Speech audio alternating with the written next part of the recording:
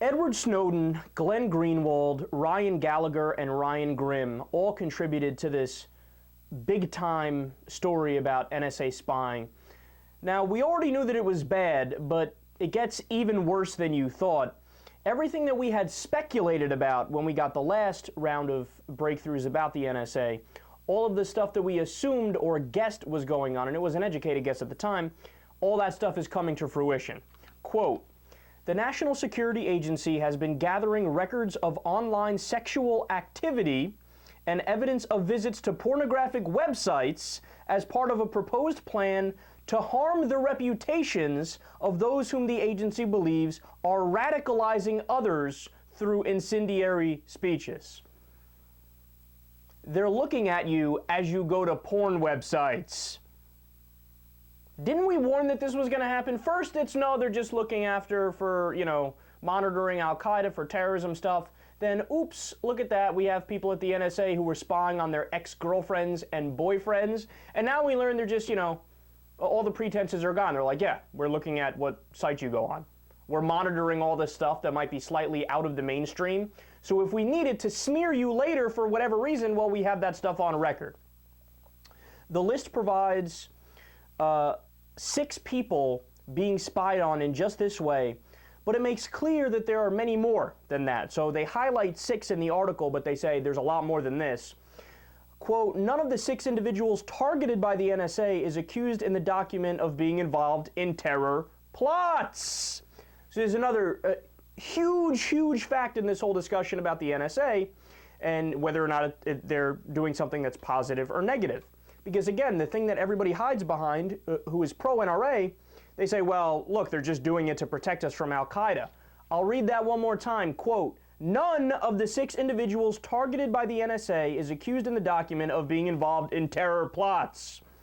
5 on the list are foreigners. 1 person is an American, so this isn't just limited to people overseas.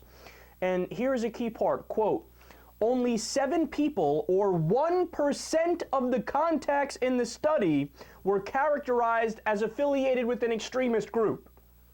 So not only is it, oh, they're not exactly terrorists, only 1% are even affiliated with an extremist group.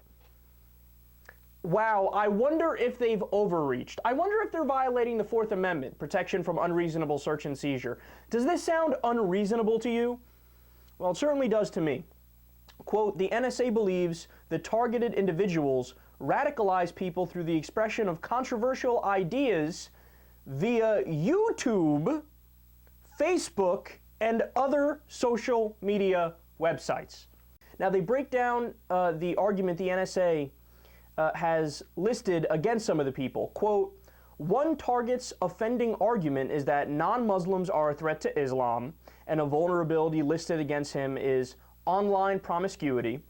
So somebody who's big-time Muslim, an extremist, and they say, oh, he's going to all these porn websites, so they have that on him. They don't list a name. Another targeted radical is described as a, quote, "well-known media celebrity based in the Middle East who argues that, quote, the U.S.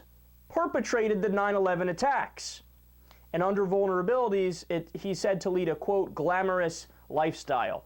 Now, when I read that line, I thought, they certainly might be spying on Alex Jones. Because they're saying the argument in favor of spying on him is simply that he believes that 9/11 was an inside job. There are a lot of people who believe 9/11 is an inside job. Are they all aiding and abetting terrorists? That's nonsense.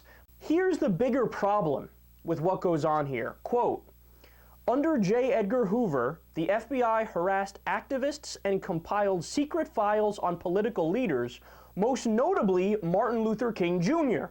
The lessons of history ought to compel serious concern that a president will ask the NSA to use the fruits of surveillance to discredit a political opponent, journalist, or human rights activist." So not only was it spying on Martin Luther King Jr., spying on Malcolm X, spying on other civil rights leaders, we just learned, it had to be within the last 2 months or so, there was an entire file on Noam Chomsky. So they spy on people who they think might be a threat to the establishment. And anybody who actually gives a shit about the American people is a threat to the establishment.